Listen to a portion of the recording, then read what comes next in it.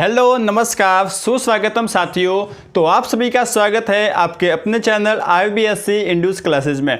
देखिए साथियों, हमने चैप्टर नंबर 11 साइंस में स्टार्ट कर लिया है, जो कि है कार्य ऊर्जा और शक्ति, और उसके जो है वो लेक्चर 2 आप तक जो है पहुंच चुके हैं। लेक्चर 2 तक जो है हमने कार्य ऊर्जा शक्ति में कार्य वाला जितना भी जो भाग है उस भाग जो है हमने अच्छे से कंप्लीट कर लिया है। ठीक है दोस्तों, अब इसके बाद मैंने आपको क्या बताया कि 2020-21 के लिए आपके इस चैप्टर नंबर 11 में से ऊर्जा वाला जो भाग है वो उस पूरे भाग को हटा दिया गया है। तो अब जो है हमारा सिर्फ टॉपिक बचा है शक्ति। ठीक है दोस्तों, तो शक्ति वाला टॉपिक जो है वो आज के इस लेक्चर में खत्म हो जाएगा। इसके बाद जो है हम ऊर्जा और शक्ति पर जो कार्य और शक्ति है उसके ऊपर किस तरीके के प्रश्न बन सकते हैं उन प्रश्नों को हल करेंगे, और जो है साथ ही साथ आपको इस पूरे चैप्टर के नोट्स तो प्रोवाइड कराए रखे हैं। आप इस वीडियो के या इस चैप्टर के किसी भी वीडियो के डिस्क्रिप्शन बॉक्स में जाकर उन नोट्स को जो है वो देख सकते हो। ठीक है दोस्तों, तो आज का टॉपिक स्टार्ट करते हैं शक्ति। अब शक्ति के बारे में देखिए दोस्तों, शक्ति जो है एक्चुअल में है क्या। को जो है हम नॉर्मली भाषा में देखिए तो शक्ति जो है वो होती क्या है। शक्ति का सिंपल सा मतलब ये है कि कार्य करने की दर को हम शक्ति कहते हैं। ठीक है दोस्तों, सिंपली शॉर्ट से परिभाषा ये है कि कार्य करने की दर को शक्ति कहते हैं। शक्ति को हम पी से दर्शाते, पी का मतलब पावर, और इसका जो मात्रक है या इकाई है वो क्या है, वॉट है। ठीक है दोस्तों, ये जो है वो नॉर्मल सी बात है। तो ये जो होगी शक्ति। देखिए दोस्तों, शक्ति को जो है हम जो है यहाँ पे समझते हैं। क्या यहाँ पे लिखा हुआ है, कार्य करने की दर। अब कार्य करने की दर जो है वो होता क्या है, कार्य करने की दर। ठीक है दोस्तों, अब देखिए दोस्तों, कार्य करने की दर को जो हम ऐसा समझते हैं, जैसे कार्य को हम किससे डिफाइन करते हैं, W। ठीक है दोस्तों, ये जो है आपका कार्य है। अब देखिए दोस्तों, मैं आपको एक बढ़िया से उदाहरण से समझाता हूँ। जैसे कि ये जो है आपकी रेस है, और रेस में जो है ये आपको टोटल जो दूरी है वो कितनी दे दी गई है, 1 किलोमीटर। ठीक है दोस्तों, अब 1 किलोमीटर की दूरी को जो है यहाँ पे कंप्लीट करना है। अब यहाँ पे मान लो 3 बंदे दे दिए गए, मतलब 3 जने जो है वो इस रेस में भाग ले रहे हैं। ठीक है, अब तीनों जने जो है वो इस एक रेस को तो जो है कंप्लीट तो करेंगे, ये बात तो फिक्स है। अब तीनों जने इस रेस को कंप्लीट करेंगे, मतलब 1 किलोमीटर दौड़ेंगे, तो तीनों जने जो है वो लगभग समान ऊर्जा खर्च करेंगे। ठीक है, जैसे कि मान लो कि 1 किलोमीटर दौड़ने में 500 जूल ऊर्जा जाती है, तो सभी जने जो है वो 500 जूल ऊर्जा ही खर्च करेंगे, ये बात तो फिक्स है। लेकिन बात कहाँ पर आकर अटकती है कि कौन सा बंदा जो होगा वो इस 1 किलोमीटर की जो रेस है ना उसको कम टाइम में या सबसे पहले सेज करेगा, सबसे पहले जो है यह जीतेगा। ठीक है दोस्तों, सबसे पहले जो है इसको पार करेगा। सिंपल सी बात ये होती है। तो वो जो है कंसेप्ट कहाँ आके अटकता है, शक्ति पे। मतलब जो ज़्यादा जोर लगाएगा, जो ज़्यादा हिम्मत लगाएगा, जो हिम्मत को हम नॉर्मली क्या कहते हैं, शक्ति। जो ज़्यादा शक्ति लगाएगा वो जो है इस रेस को जीतेगा। मतलब जो ज़्यादा फास्ट दौड़ेगा ना वो इस रेस को जीतेगा। देखिए दोस्तों कैसे, जैसे कि पहला बंदे है, इसने इस 1 किलोमीटर को, जो 1 किलोमीटर की दूरी है ना, इसको पूरा करने में कितना टाइम लिया, 5 सेकंड। कितना, 5 सेकंड। दूसरे बंदे ने लिया 10 सेकंड, और तीसरे बंदे ने कितना लिया, 20 सेकंड। ठीक है दोस्तों, अब तीनों बंदे जो है इन्होंने अलग अलग टाइम लिया है। अब जो है कोई आदमी देख कर बता लेगा कि जो पहला बंदा है ना उसने 5 सेकंड में इस रेस को पूरा कर लिया है। मैं ऐसे एग्जाम्पल बता रहा फुली।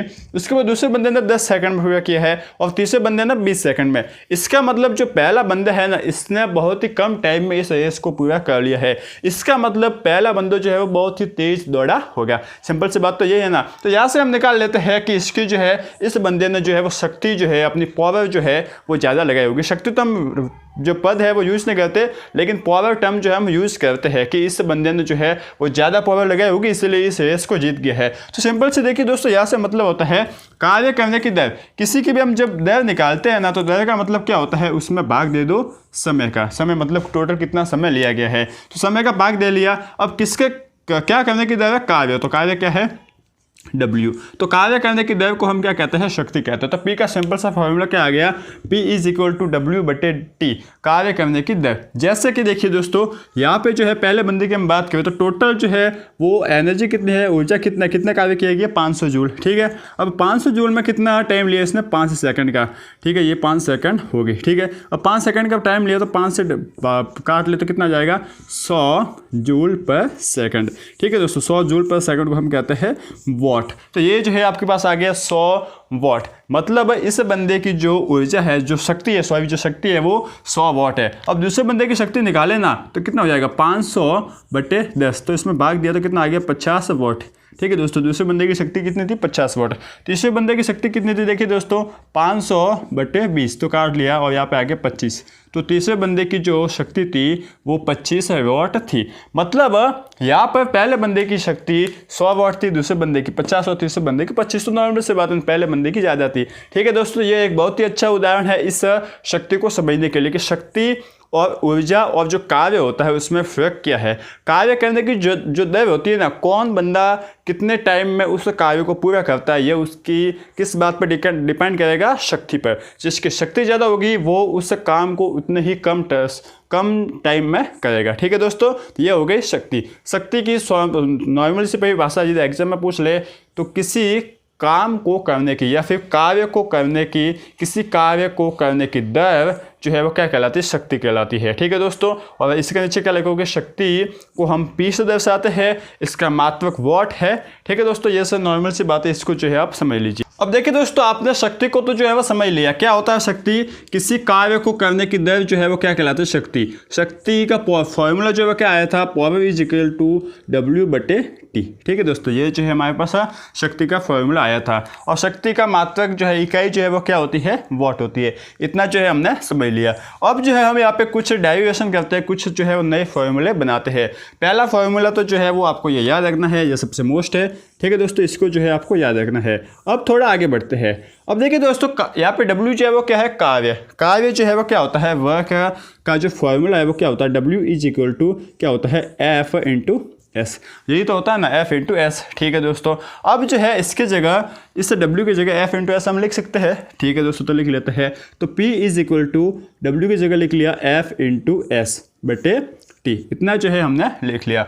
अब देखिए दोस्तों, आपको जो है एक बात पता होगी, क्या है कि आपको पता है कि जो चाल जो होती है, चूँकि चाल बराबर क्या होता है, दूरी बटे समय। यही जो है वो होती है साल, जो क्या होती है, दूरी बटे समय। ये बात जो है आपको पता होगी। अब जो है यहाँ पे जो है क्या देगा, विस्थापन। तो इसके लिए हम क्या करेंगे, वेग। ठीक है दोस्तों, क्या कर लेंगे, वेग। अब वेग भी जो है आपको एक तरीके से चाल ही तो है ना, सिर्फ वेग में जो है दिशा आ जाती है। तो वेग जो है वो क्या हो जाएगा, दूरी। दूरी यहाँ पे क्या हो जाएगी, विस्थापन। ठीक है दोस्तों, क्योंकि वेग जो है क्या सदिश राशि है, तो विस्थापन भी हमें सदिश राशि लेनी पड़ेगी। तो हमने ले ली विस्थापन को सदिश राशि, और बटे में समय जो है वो हम ले लेंगे। तो समय कितना हो जाएगा, T। तो V का मान जो है, यहाँ से वेग का मान क्या आ रहा है, S/T। तो यहाँ से जो हम S का मान निकाल सकते हैं, विस्थापन का मान कितना आ जाएगा, V/T is equal to S। ठीक है दोस्तों, तो S का मान जो हमने निकाल लिया V/T। तो अब S का मान जो है, विस्थापन का मान इसमें हम रख सकते हैं। तो रखा तो हमारे पास क्या आ गया, P is equal to F into क्या लिखेंगे हम, V/T बटे में लिख लिया हमने T। अब T से T जो है आप काट लीजिए, तो आपके पास अब क्या बच गया, P is equal to F/V। ये जो है आपके पास बच जाएगा। अब F क्या है, बल है ना।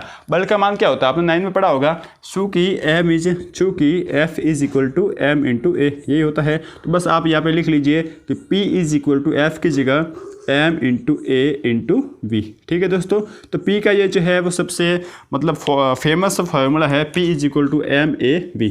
क्या है, P is equal to MAV। तो इन दो फार्मूलों को जो है आप याद रखोगे, P is equal to W/T और P is equal to M/A/V। ठीक है दोस्तों, इन दो फॉर्मूलों को जो है आपको शक्ति में याद रखना है। बाकी शक्ति जो है वो नॉर्मल सी है, कार्य करने की दर को हम शक्ति कहते हैं। शक्ति को P से दर्शाते हैं, इसका मात्रक वॉट है, और जो है इसका जो है फॉर्मूला हम ये लिख लेंगे। ठीक है दोस्तों, इसके बाद आगे डेरिवेशन करने को कुछ बोलो तो आपको ये करना है।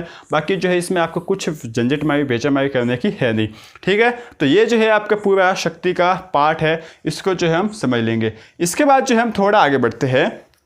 इसके ऊपर एक दो सवाल है वो बाद में करेंगे, लेकिन इससे पहले एक टॉपिक कवर कर लेते हैं, जो कि क्या है आपका विद्युत शक्ति। अब देखिए दोस्तों, आपने शक्ति तो पढ़ लिया, अब ये विद्युत शक्ति है। अब विद्युत शक्ति जो है आपने इस साल जो है आप विद्युत तार वाला चैप्टर नहीं पढ़ोगे, तो विद्युत शक्ति वाला जो है हो सकता है कि आपको इस साल पूछे नहीं, लेकिन पूछ लिया तो बहुत से जो बच्चे हैं उनको प्रॉब्लम होगी। तो विद्युत शक्ति वाला थोड़ा सा जो पार्ट है इसको आप अच्छे से समझना, क्योंकि हो सकता है कि नहीं पूछे, लेकिन हमें जो है वो 95+ लाने हैं, ऑलमोस्ट 100 में से 100 लाना साइंस में, तो हम इतनी से भी जो है रिस्क ले सकते नहीं है। तो हम अब पढ़ेंगे विद्युत शक्ति। इसको भी जो है हमें को पूरे ध्यान से पढ़ना है। ऐसा नहीं सोचना है कि विद्युत तार धारा वाला पूरा पार्ट काट लिया है, तो विद्युत वाला जो ये टॉपिक है ये भी हमें नहीं पूछेंगे, ऐसा कुछ है नहीं, आपको जो है वो अच्छे से पढ़ना पड़ेगा। तो क्या है देखिए, विद्युत शक्ति। अब विद्युत शक्ति को देखिए दोस्तों हम कैसे समझते हैं, विद्युत शक्ति थोड़ा आप ध्यान से समझना। देखिए दोस्तों, विद्युत एक तरीके से क्या है, विद्युत धारा एक तरीके से ऊर्जा ही है ना, ऊर्जा भी क्या है, जैसे कि विद्युत धारा एक तरीके से है क्या, आवेशों का प्रवाहित है ना। ये बात जो थोड़ी सी आपको समझनी पड़ेगी कि विद्युत धारा का जो हम परिभाषा की बात करते हैं तो वो क्या होती है कि आवेशों के प्रवाह की दर को हम विद्युत धारा कहते हैं। मतलब एक तरीके से आवेशों का प्रवाह है, क्योंकि आई विद्युत धारा का फॉर्मूला क्या होता है, I is equal to Q बटे टी होता है, क्यू यहाँ पे आवेश होता है, ठीक है। तो आवेशों के प्रवाह की दर को हम विद्युत धारा कहते हैं। तो आवेशों का प्रवाह होना ये भी तो जो क्या है, एक तरीके से आवेशों का प्रवाह होना मतलब विद्युत धारा एक तरीके से ऊर्जा है, ठीक है दोस्तों। अब जैसे कि ये आपका वायर है, ठीक है दोस्तों, अब कोई वायर होगा, वो ये जो आवेश है, ये जो विद्युत ऊर्जा है, इसको यहाँ से यहाँ तक लाना है, जो विद्युत जो ऊर्जा है ना, इसको यहाँ से यहाँ तक लाने में कुछ 5 सेकंड लेता है, कुछ जो है वो 10 सेकंड लेता है, ठीक है दोस्तों, कुछ जो है ज़्यादा सेकंड लेता है। तो ये किसके ऊपर डिपेंड करता है, ये भी तो एक तरीके की शक्ति होगी ना। पर विद्युत जो आवेश है या फिर एक विद्युत ऊर्जा बोल लो, तो जो विद्युत की जो ऊर्जा है उसको एक स्थान से दूसरे स्थान तक ले जाना या एक स्थान से दूसरे स्थान तक स्थानांतरित करने की जो क्षमता होती है ना, जो दर होती है ना, वो क्या होती है, विद्युत शक्ति। नॉर्मल सी बात है ना, जैसे कि कार्य करने की दर क्या कहते हैं, शक्ति कहते हैं। उसी तरीके से विद्युत ऊर्जा है ना, उसको स्थानांतरित करने की दर, स्थानांतरित करने की दर मतलब एक स्थान से दूसरे स्थान तक ले जाना, ठीक है। जैसे कि बहुत से हमारे पास वायर होते हैं, ठीक है, जैसे कि ऐसा समझ लीजिए कि अलग अलग शक्ति वाले हमारे घर में जो विद्युत ऊर्जा आती है ना, तो वो जैसे कि 220 वोल्ट पर आती है, कई की जो होता है 180 वोल्ट भी होती है, 100 वोल्ट भी होता है। तो जो जितना डिफरेंस विद्युत जो विभवांतर है ना, उसका जितना ज़्यादा डिफरेंस होगा ना, उतनी जो ऊर्जा है वो ज़्यादा होगी। ऊर्जा ज़्यादा होगी तो होगा क्या, एक तरीके से शक्ति तो बढ़ेगी ना, तो शक्ति बढ़ रही है, तो टोटली किसके ऊपर डिपेंड कर रहा है, ऊर्जा और शक्ति पर, ठीक है दोस्तों। ये वाला पार्ट जो है थोड़ा सा आपको कम समझ में आ जाएगा, लेकिन हमें तो सिर्फ इतना समझना है कि विद्युत शक्ति को, किसको, या फिर विद्युत ऊर्जा को। देखिए दोस्तों, वैसे तो आपको दिख रहा है तो भी मैं आपको समझा दूँ कि विद्युत शक्ति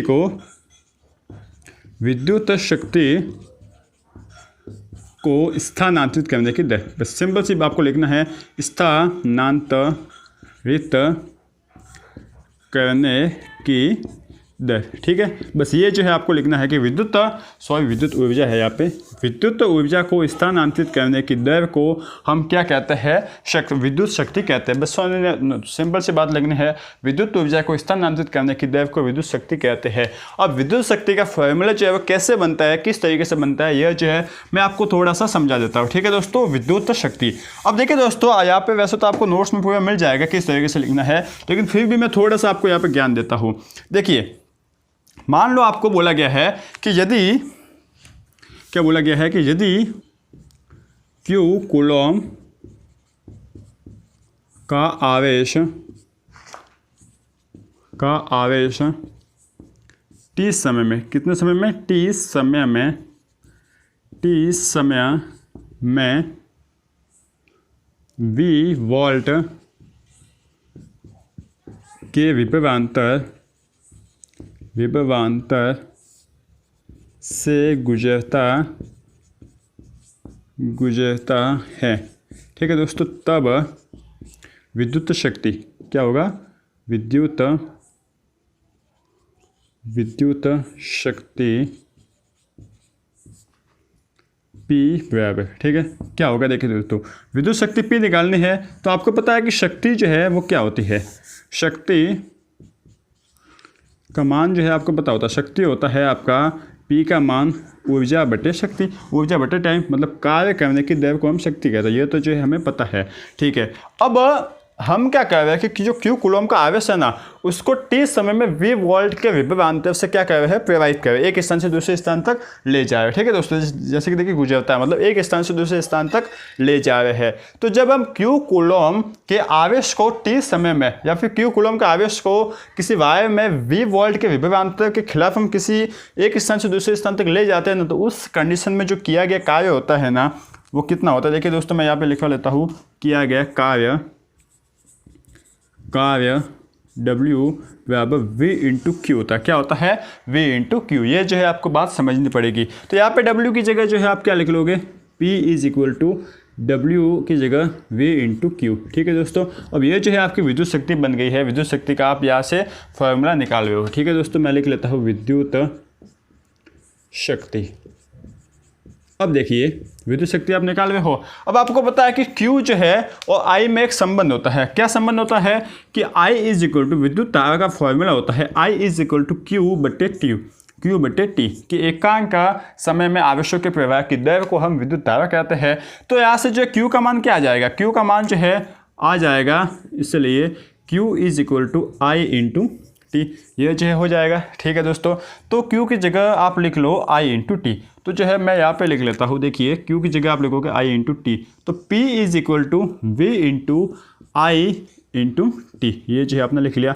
बटे में टी आपका पहले से है, तो टी से टी आपने काट लिया, तो P is equal to V I, ये जो है आपका वेरी मोस्ट फॉर्मूला है। इसे जो है आप लिख लीजिए, Q P is equal to V into I, very most है। ये जो है यदि आप साइंस से लेते हो तो आपको हर जगह 12th में तो हर, ऐसा समझ लीजिए कि जब विद्युत तार वाला पूरा जो पोर्शन है ना, वहाँ पे हर जगह आपको देखने को मिलेगा, और लगभग पूरी फिजिक्स में जो है आपको ये देखने को मिलेगा, और 10th में भी बहुत इंपॉर्टेंट है, आप जो है इसे याद कर लीजिए। ठीक है दोस्तों, अब यहाँ से ओम का नियम लगा के और भी जो है आप बहुत कुछ कर सकते हो। तो ओम का नियम जो है यहाँ पे हमें समझने की जरूरत नहीं है, बस इतना आप कर लो, ये जो है काफ़ी है। ठीक है दोस्तों, तो इस तरीके से हम विद्युत शक्ति का जो फॉर्मूला है वो इस तरीके से बनाते हैं। सिंपल सी बात है, ये लिखना है कि क्यू कूलम का आवेश को टी समय में जो है हम वी वोल्ट के विभवांतर से गुजारते हैं, तो शक्ति जो है वो क्या होता है, W बटे टी होता है। और W क्या कार्य, और यदि हम क्यू कूलम के वी वोल्ट के विभवांतर के खिलाफ एक स्थान से दूसरे स्थान तक ले जाते हैं ना, तो कार्य जो है वो कितना करते हैं हम, V इंटू क्यू के बराबर। तो V इंटू क्यू हम कार्य की जगह लिख लेंगे। और जो है आपको पता है कि Q जो है वो क्या होता है, विद्युत तारा और Q में संबंध होता है कि I is equal to Q बटे टी। तो Q का मान आपने यहाँ से लिख लिया, और यहाँ से जो है P का जो है अच्छा सा आपने मान निकाल लिया, क्या है, V इंटू टी। ठीक है दोस्तों, तो एक बार इसे उतार लीजिए, और साथ ही साथ आपको नोट्स में भी बहुत ही अच्छे से देखने को मिलेगा। तो जो है आप एक बार समझ लीजिए, इसके बाद जो है हम और भी आगे इसके कंटिन्यू करते हैं। अब देखिए दोस्तों, आपको विद्युत शक्ति जो है वो अच्छे से समझ में आ चुका है।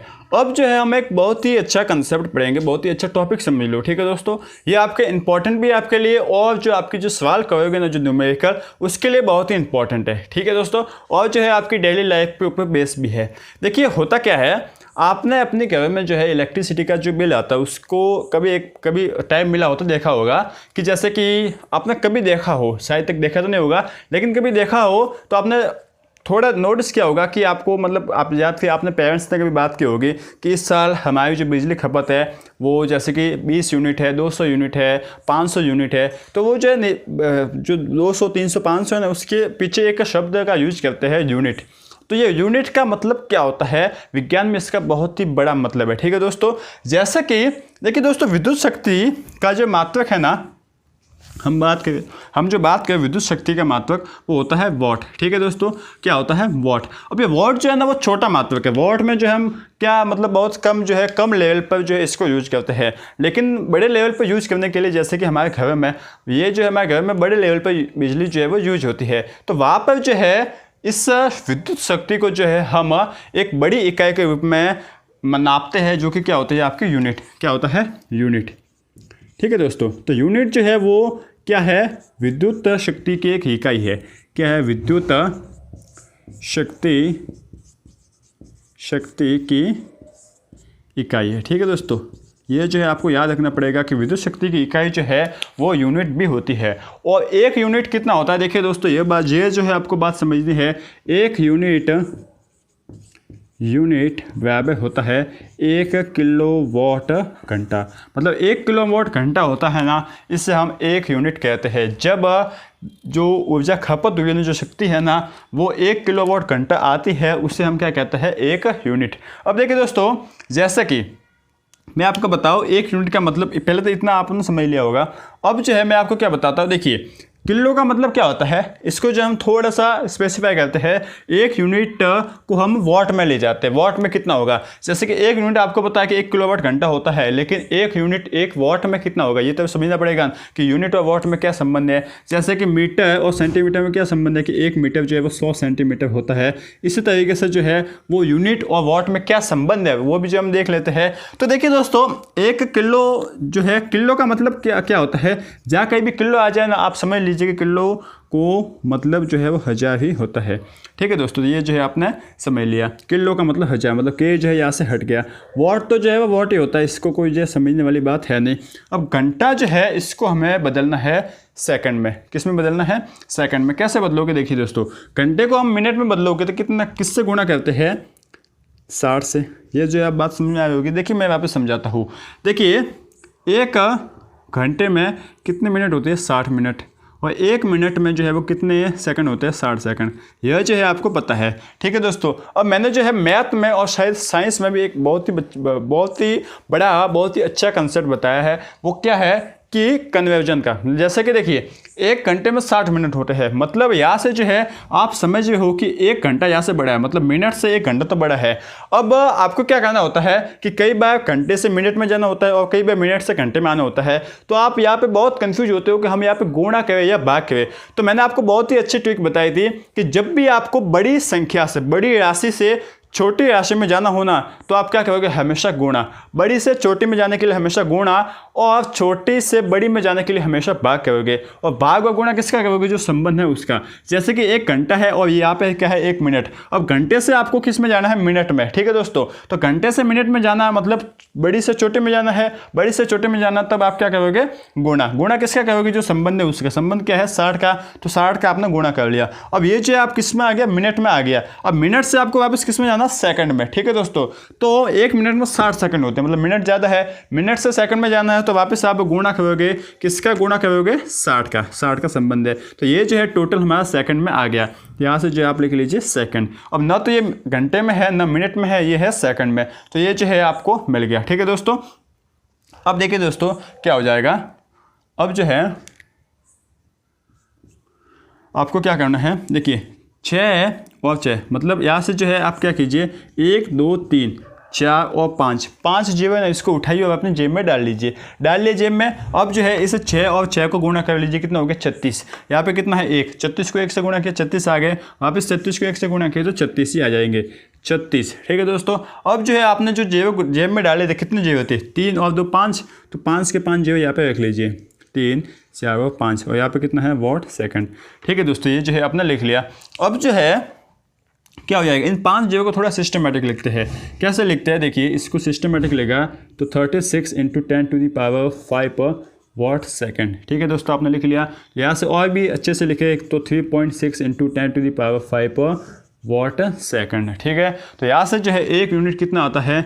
1 यूनिट 3.6 × 10⁶ वॉट सेकंड। यह जो है आपका 1 यूनिट और वॉट में संबंध है। ठीक है, तो यह संबंध जो है किस तरीके से हमने निकाला है, यह संबंध आपको याद होना चाहिए। और 1 यूनिट और वॉट में कैसा संबंध है, ये भी जो आपको याद होना चाहिए कि 1 यूनिट जो है वो 3.6 × 10⁶ वॉट सेकंड के बराबर होता है। ठीक है, तो यह जो है अच्छी सी एक बात है। और जो है एक शक्ति, ये तो आपको समझ में आ चुका है। इसके ऊपर सवाल जो है किस तरीके से बनेंगे, इसका सीधा डिस्कशन हम अगले वीडियो में करेंगे। लेकिन एक को जो है टॉपिक बाकी रह गए हैं।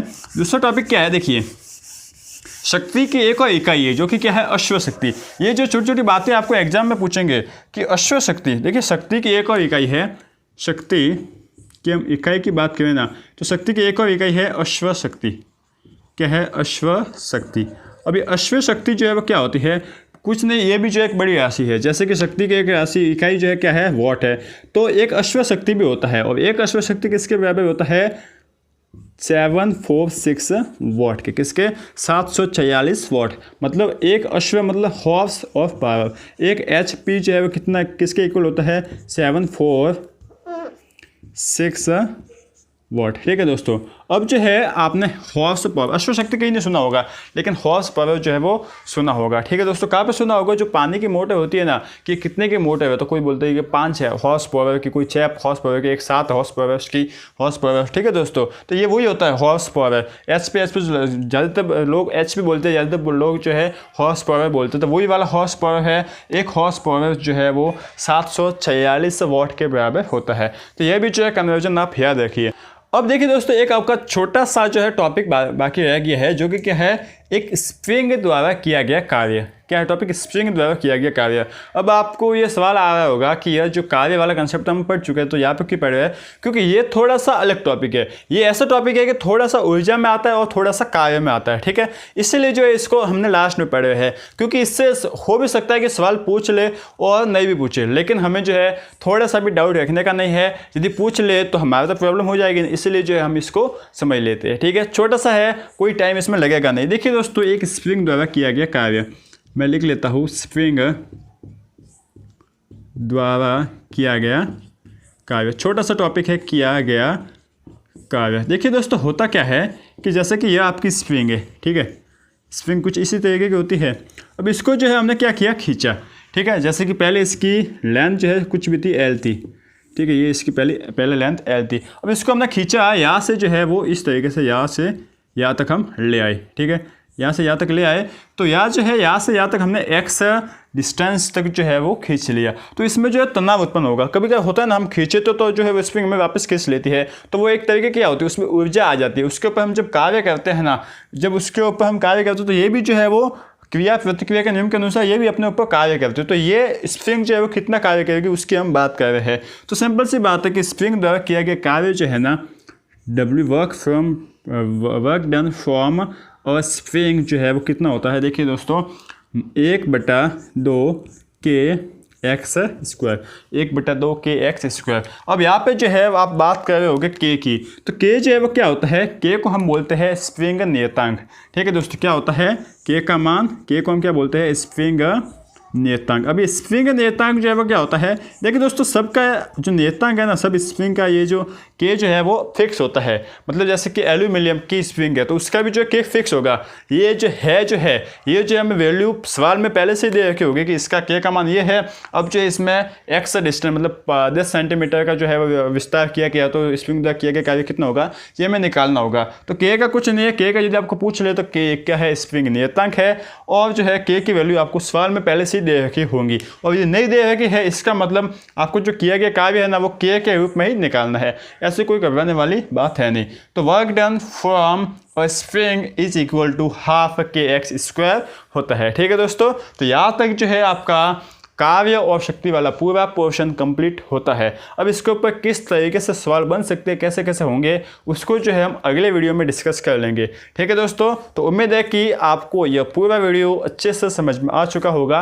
यदि समझ में आ चुका है तो लाइक करने में बिल्कुल भी हिचकिचाइए मत, और जो है अपने दोस्तों को भी शेयर कीजिए, ताकि जो है हमारे से नए नए स्टूडेंट आगे जुड़ेंगे, उनका ओपिनियन देंगे, तो हम भी जो है अपना इम्प्रूवमेंट करेंगे और जो है आपको और भी बेस्ट क्वालिटी प्रोवाइड कराने की कोशिश करेंगे, ठीक है दोस्तों।